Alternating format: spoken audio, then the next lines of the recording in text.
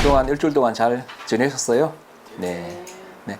자, 오늘 이제 수업 시작하겠습니다. 오늘은 여러분들이 실제로 이제 사진을 찍어 보면 특히 이제 컬러의 활용이 참 중요한 부분 중에 하나거든요. 그래서 오늘은 이제 어떤 컬러의 특징과 그 다음에 또 어떻게 하면 이제 컬러를 제대로 조화롭게 활용할 수 있을 것인가, 특히 이제 색을 어떻게 하면 잘 활용해서 우리가 사진에 활용할 수 있을 것인가 하는 그런 부분을 먼저 이제 공부를 하고요. 그 다음에 이 색 컬러를 이용해서 우리가 사람의 심리, 저기에 사람의 심리에 영향을 미치거든요. 이제 그런 부분에 대해서 공부를 해보겠습니다. 자,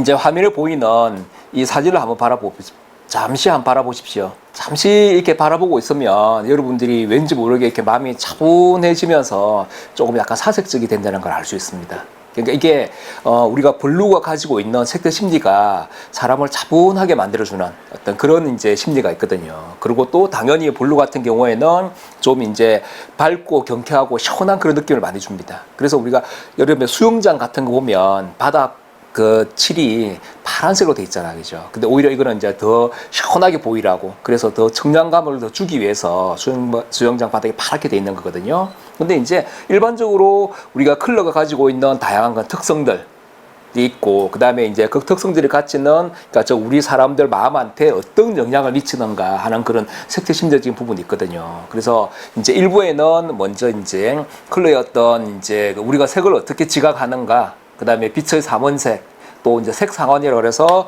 우리가 보통 20색 상원으로 한국에서 많이 쓰거든요. 또 둥근 원으로 해서 빨주노초 파란보 이렇게 이제 무지개색 배열로 쭉 이렇게 해놓은 그런 색상원.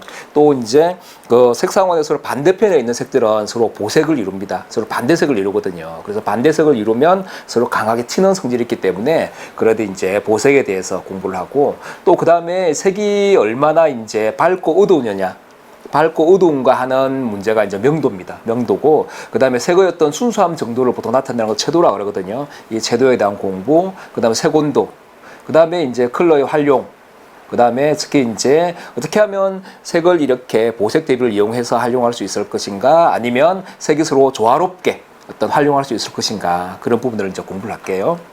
근데 이제 이 사진도 한 재작년 봄에 필리핀 그 보홀섬이라는 데가 있거든요. 그 보홀섬에 갔었는데 해가 지고 난 무렵에 아주 일시적으로 보니까 하늘의 빛하고 그 다음에 바다의 빛하고 일치되는 그런 순간이 있더라고요, 보니까.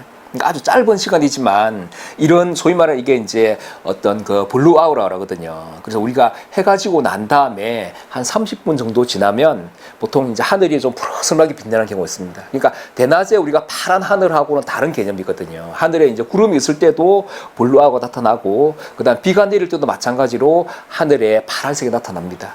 그 이유 중에 하나는 어쨌든 비가 내리거나 구름이 투투하게 쌓여 있으면 저 멀리 태양빛이 미세하게라도 와 닿잖아요, 그죠? 근데 그 중에서 구름층의 두께에 따라 다르긴 한데 그 구름 자체가 푸른색은 투과를 시키고 나머지 색은 흡수를 해버리거든요. 그러니까 하늘 자체가 우리가 푸르스름하게 보인다는 얘기죠. 그걸 소위 말해서 이제 매직 아우라 그러기도 하고, 또 좀 더 이제 정확하게 구분하면 블루 아우라는 그런 용어를 씁니다. 근데 이제 여러분들이 실제로 이런 이제 블루 아워 시간에 이 파랗게 물든 이런 주변을 보시면 여러분들 마음도 이렇게 좀 뭐랄까 차분해지는 아주 사색적인 그런 이제 경험을 할 수가 있습니다. 그래서 이제 그 당시에 그런 여러분들의 마음을 충분히 느끼고, 그 다음에 온몸으로 체험을 하고, 그 다음에 이렇게 사진을 찍어야 여러분들의 어떤 기억에 오래 남고 뭔가 의미가 담겨 있는 그런 이제 사진이 될 수가 있거든요. 그래서 저도 이제 늘 사진을 찍을 때 항상 대상과의 교감을 많이 하라고 이야기를 많이 하거든요. 그러니까 여러분들이 보통 일반적으로 우리가 사진은 그게 이제 기록적인 측면하고 그 다음에 예술적인 가치를 동시에 가진다 그랬잖아요, 그죠? 근데 우리가 멋있는 꽃을 찍는다든지 멋있는 풍경만 찍는 거는 그 사물의 외면적인 모습, 그러니까 표면적인 모습만 우리가 따왔다는 이야기죠. 그 같은 경우는 생명이 아주 잡습니다. 그래서 저는 사진 강의할 때 늘 이렇게, 그러니까 뭐랄까, 겉멋 들어서 찍지 말라 그러거든요. 그러니까 겉으로 보기에 아주 멋있고 이렇게 찬란하고 이런 풍경들이 많이 있잖아요, 그죠? 근데 이제 그걸 기록으로 담을 때는 괜찮습니다, 그죠? 근데 그걸 이제 우리가 여러분들이 예술적인 어떤 그런 차원으로 찍을 때는 그냥 표면적으로 보이는 모습만 찍지 말라는 얘기죠. 근데 이제 그렇다면 그 사물에 들어있는 내면, 그 사물의 마음, 영혼까지 같이 이제 담아내야 되는데, 그러려면 당연히 조금 전에 말한 대로 이 풍경 안에 자기의 마음이 쑥 이렇게 빠져들어야 된다는 얘기죠. 소위 말하는 감정이입 있죠. 감정이입을 통해서 어떤 그런 마음을 담을 수가 있거든요.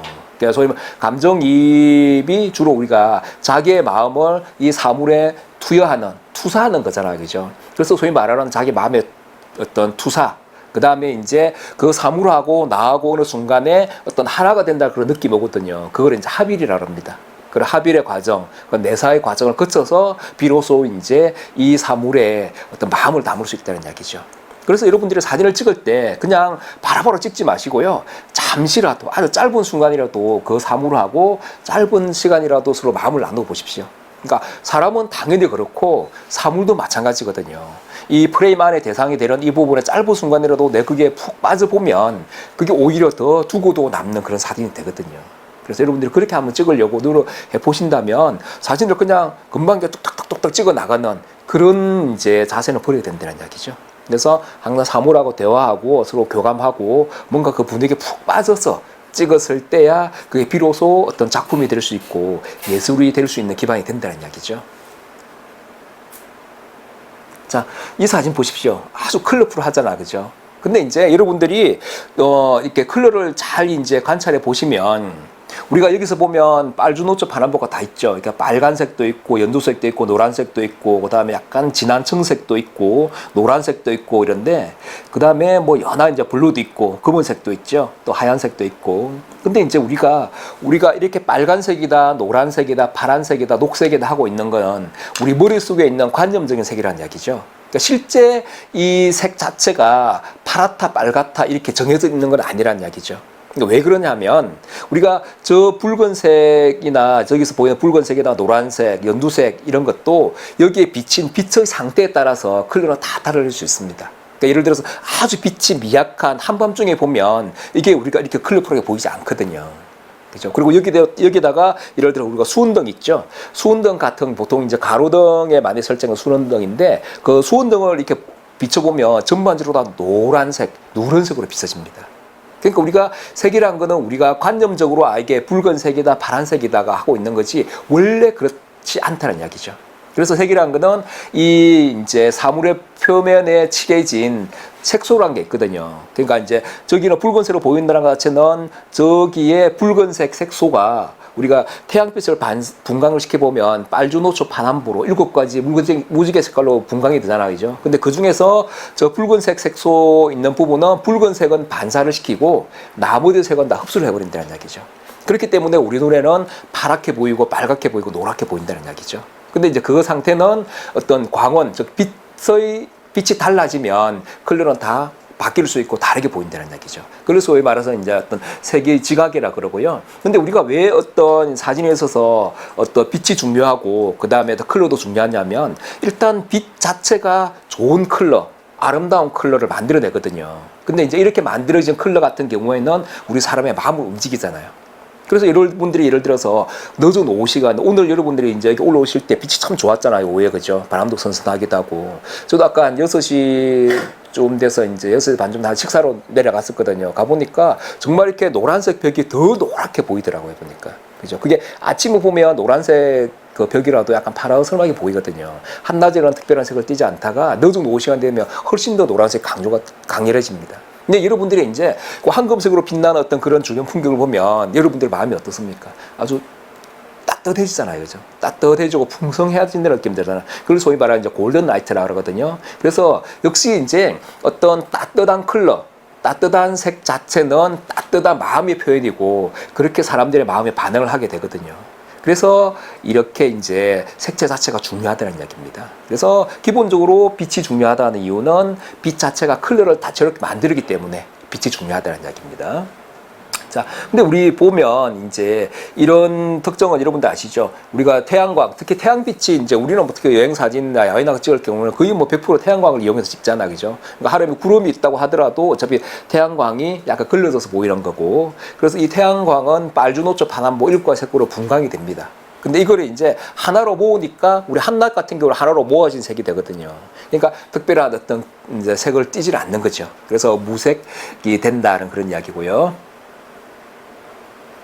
자, 이것도 보십시오. 살짝 보시면 이게 이제 렌틸콩 같은 그런 건데 인도에서 많이 먹는 그런 콩인데 이게 연두색이잖아요, 그죠? 근데 연두색으로 보이는 이 중에 왜 연두색으로 보이냐면 저 콩의 표면에 있는 색소가 소위 말해 엽록소라고 그러잖아요, 그죠? 그 엽록소가 들어있기 때문에 저게 연두색으로 보입니다. 그래서 저 연두색은 반사를 하고 나머지 색은 흡수를 하기 때문에 이 콕이 연두색, 초록색으로 보인다는 이야기죠.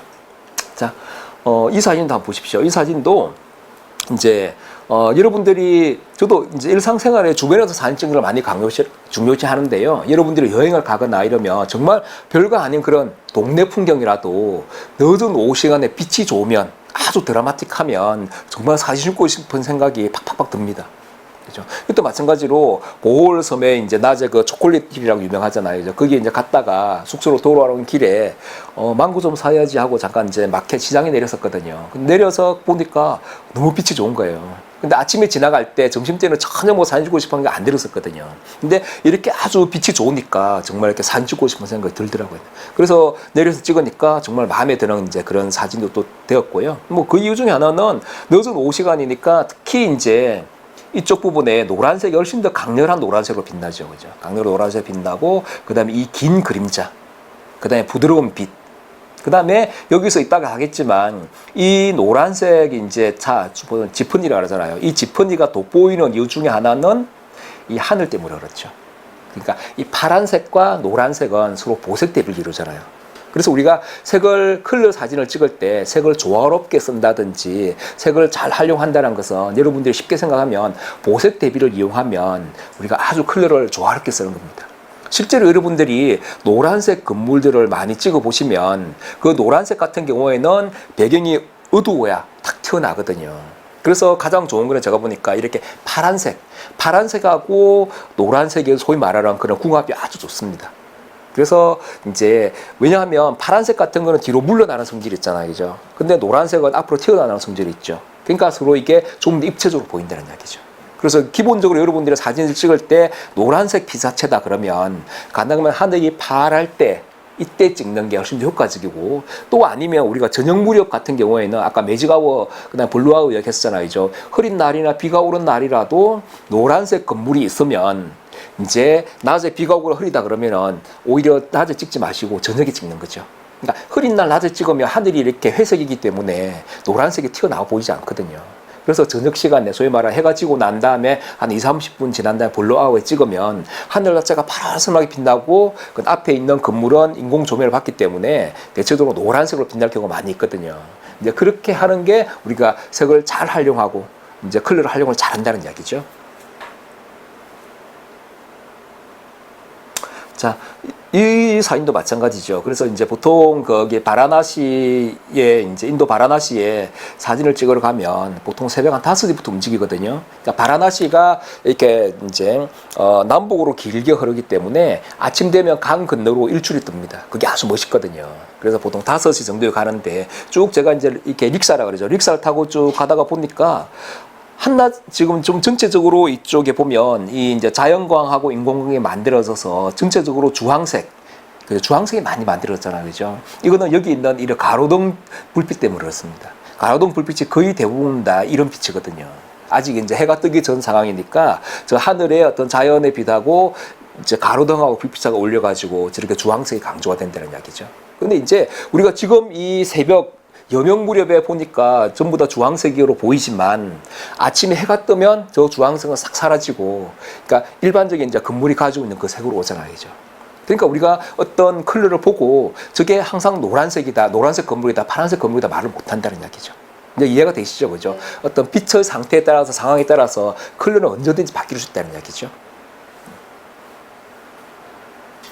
자, 이제 조금 이제 약간 기술적인 그런 테크닉적인 부분으로 봅시다. 이제 그래서 보통 우리가 빛의 삼원색을 이야기를 많이 하거든요. RGB로 보통 외우시면 되는데요. 그러니까 여러분들은 이제 CYK보다는 이 물감의 삼원색보다는 이 RGB 쪽으로 알아두시는 게 좋습니다. 우리가 왜냐하면 전자기계, 디지털 카메라라든지 우리가 캠코더, 그다음에 노트북, 뭐 TV 이런 것 같은 거 다 이렇게 RGB 방식으로 컬러를 만들어내거든요. 그래서 레드, 그린, 블루 이 세 가지의 조합으로 다양한 색채를 만들어냅니다.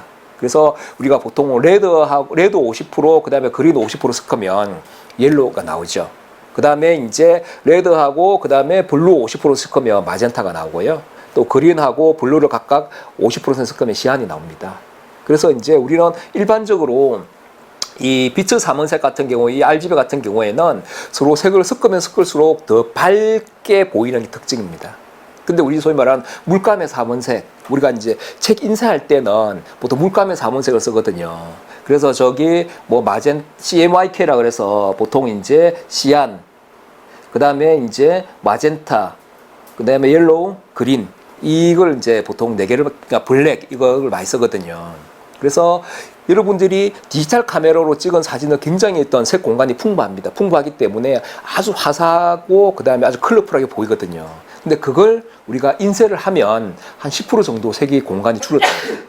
그래서 우리가 아무리 인쇄를 잘한다고 하더라도 모니터에서 봤을 때 그 색감이 절대 인쇄상에서 재현되지 않는다는 이야기죠. 그 한계가 분명히 있습니다. 근데 이제 그 한계를 조금이라도 줄이기 위해서 정말 감리도 보고 인쇄도 이제 교정도 내고 하잖아요. 그죠? 근데 이제 근본적으로 어떤 그런 한계가 있기 때문에 이제 인쇄 보고 왜 이렇게 모니터만큼 안 나왔냐 이렇게 좀 따지는 거는 약간 이제 어느 정도 한계가 있다는 거죠. 그래서 이제 보시면 이런 이제 물감의 삼원색은 우리가 섞으면 섞을수록 더 탁해집니다. 탁해지는 그런 이제 성향이 있고요. RGB는 더 밝아진다. 그래서 우리가 보통 보면 RGB, 빛의 삼원색 같은 경우는 가산혼합이라고 합니다. 섞으면 섞을수록 서로 빛이 밝아지는 특징이 있고, 그 다음에 이제 물감의 삼원색이나 인쇄할 때 쓰는 같은 경우에는 감산혼합이라고 해서 섞으면 섞을수록 그냥 모든 색깔을 몇 개 동시에 다 섞어버리면 검은색이 나온다는 이야기죠. 그래서 좀 더 이제 어둡게 만들 수 있고, RGB 같은 경우는 좀 더 이제 더 밝게 만들 수도 있고, 훨씬 더 색 공간도 높습니다. 자, 이 부분을 잘 보십시오. 보통 이제 우리가 사진을 찍을 때 컬러를 여러분들 활용할 때 이 색상안을 머릿속에 잘 기억을 해 놓으십시오. 대충 여러분들이 이제 사진에서는 물론 정확하게 저 뭐 다홍색하고 감청색이 서로 뭐 보색을 이룬다. 파란색하고 다홍색이 서로 이제 뭐 정확한 보색을 이룬다. 이런 개념이 아니라 대체적으로 따뜻한 색, 그걸 난색이라고 하잖아요. 그죠? 따뜻한 색 계열하고 차가운 색 계열하고 그것만 서로 반대편에 놓여도 어느 정도 보색 대비를 이룹니다. 근데 사진에서는 정확하게 우리가 과학적으로 이렇게 굳이 할 필요는 없거든요. 대체적으로 따뜻한 색하고 파란색 계열은 보색을 이룬다. 이런 걸 머릿속에 두고 있으면 여러분들이 그렇게 이제 응용해 찍을 수 있겠죠. 그러니까 예를 들어서 우리가 이런 같은 거 보십시오. 그죠? 그러니까 이 파란색 같은 경우에는 노란색 배경일 때 훨씬 더 뚜렷하게 돋보이죠. 아니면 이 파란색 바탕에 노란색을 두면 훨씬 더 노란색 앞으로 튀어나와 보입니다. 이것도 마찬가지잖아요. 그죠? 붉은색 같은 경우는 조금 이제 어두운 그런 이제 감성색이나 약간 이제 진한 이제 바다색, 조금 진한 색 위에다가 두니까 빨간색이 훨씬 더 튀어나와 보이잖아요. 그죠? 그래서 이렇게 보이는 게 이제 보색 대비라고 합니다. 그래서 여러분들이 보색 대비는 아주 많이 쓰이니까 이 먼셀의 20색상원 같은 경우 머릿속에 대체적으로 이렇게 길게 놓으십시오. 그러니까 노란색하고 노랑연두 같은 경우에는 군청색이나 남색하고 서로 거의 완전한 보색을 이루죠. 그리고 주로 이제 연지색이나 빨간색, 주황색 같은 경우에는 초록색, 청록색, 바다색하고 그 보색 대비를 이루죠. 그 다음에 노란색, 뭐, 연두, 그 다음에 뭐, 다홍. 항상 저런 이제 대략 저렇게 붉은색, 보라색 같은 경우에는 연두색하고 보색 대비를 이루잖아요. 그죠? 근데 이 부분들 여러분들이 머릿속에 이렇게 두시고, 여기서 이제 야외에 나가 사진을 찍을 때 항상 여러분들이 눈에 보이는 대로 사진 찍는 게 아니라 그랬잖아요. 그죠? 처음에는 보이는 대로 찍지만 어느 순간은 여러분들이 재구성해서 찍는 거기 때문에 기왕 사진을 찍을 때는 우리가 예를 들어서 저도 저번에 사진을 찍어보니까 우리가 요즘 이제 붉은색 그런 이제 빨간색 장미꽃 환하게 피어날 때잖아요. 그죠? 지금 많이 이제 폈죠. 그러면은 그 붉은색 꽃송이가 가장 잘 돋보이게 드러나려면 당연히 배경이 녹색이나 연두색일 때 가장 효과적이라는 얘기죠. 그리고 또 우리가 노란색 장미꽃을 아주 효과적으로 찍고 싶다. 그러면은 이제 약간 뭐 가청색 계열, 그죠? 남색이나 감청색, 그다음 군청색 이런 계열일 때 가장 돋보일 수 있다는 이야기죠. 그러니까 그래서 여러분들이 어느 정도 이제 보색 대비를 활용해서 여러분들이 그렇게 재구성해서 연출해서 찍는 게 훨씬 효과적입니다.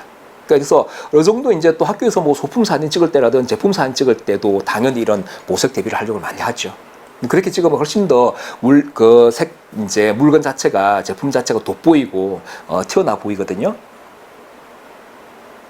자. 그죠? 그러니까 보통 우리 한국에서는 이렇게 먼셀에 20색 상한을 많이 씁니다. 그래서 이 부분은 뭐 제 책에도 있고 또 인터넷 같은 데 많이 있거든요. 그래서 몇 번 머릿속에 이렇게 조금 이렇게 한번 이렇게 입력해 놓으시면 두고두고 쓸 수 있는 그런 부분 중에 하나고요. 자, 그 다음에 이제 명도라는 건 뭐냐면 어떤 색의 밝고 어두운 정도를 나타냅니다. 그래서 우리가 카메라 노출계를 가지고 이 명도 조절을 할 수가 있거든요.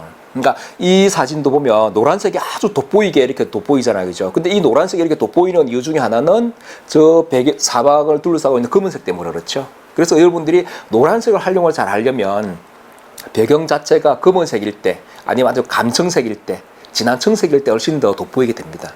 근데 이제 여기서도 이 노란색의 색채의 어떤 밝고 어두운 정도를 명도라는데 우리가 노출 값을 통해서 명도 조절할 수가 있습니다. 그래서 여러분들이 사진을 찍을 때 내가 아주 이걸 좀 더 진한 어떤 노란색으로 표현하고 싶다. 그러면 노출 보정 버튼을 마이너스 쪽으로 해주면 되죠.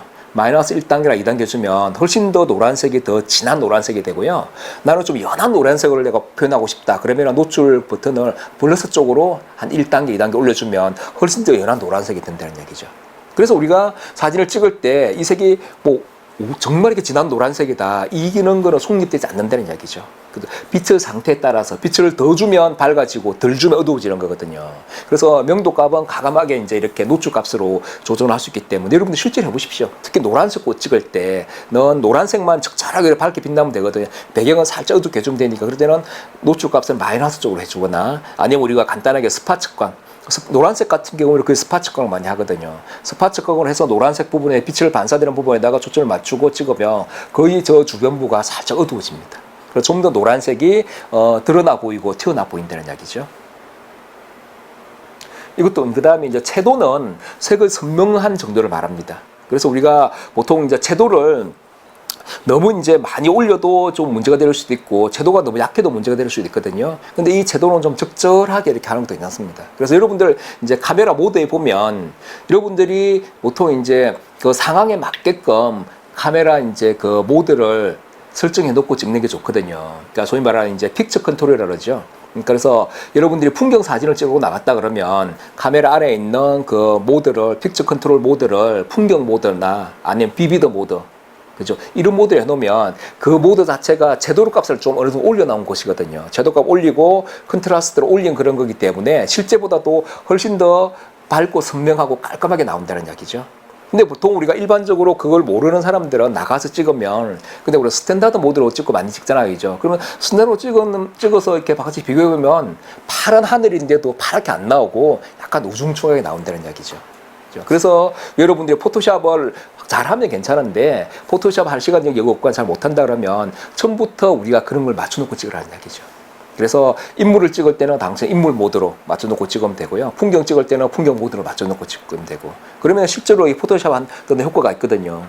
근데 이제 여기서 보시면 이런 이제 채도값을 우리가 무조건 올리면 안 좋은 게 채도값을 많이 올려주면 전체적으로 색이 아주 밝아 보이기도 하고 그 다음에 강하게 보이긴 하지만 색 자체가 뭉개지는 현상이 일어날 수 있습니다. 그걸 소위 말하는 색 포화도라 그러거든요.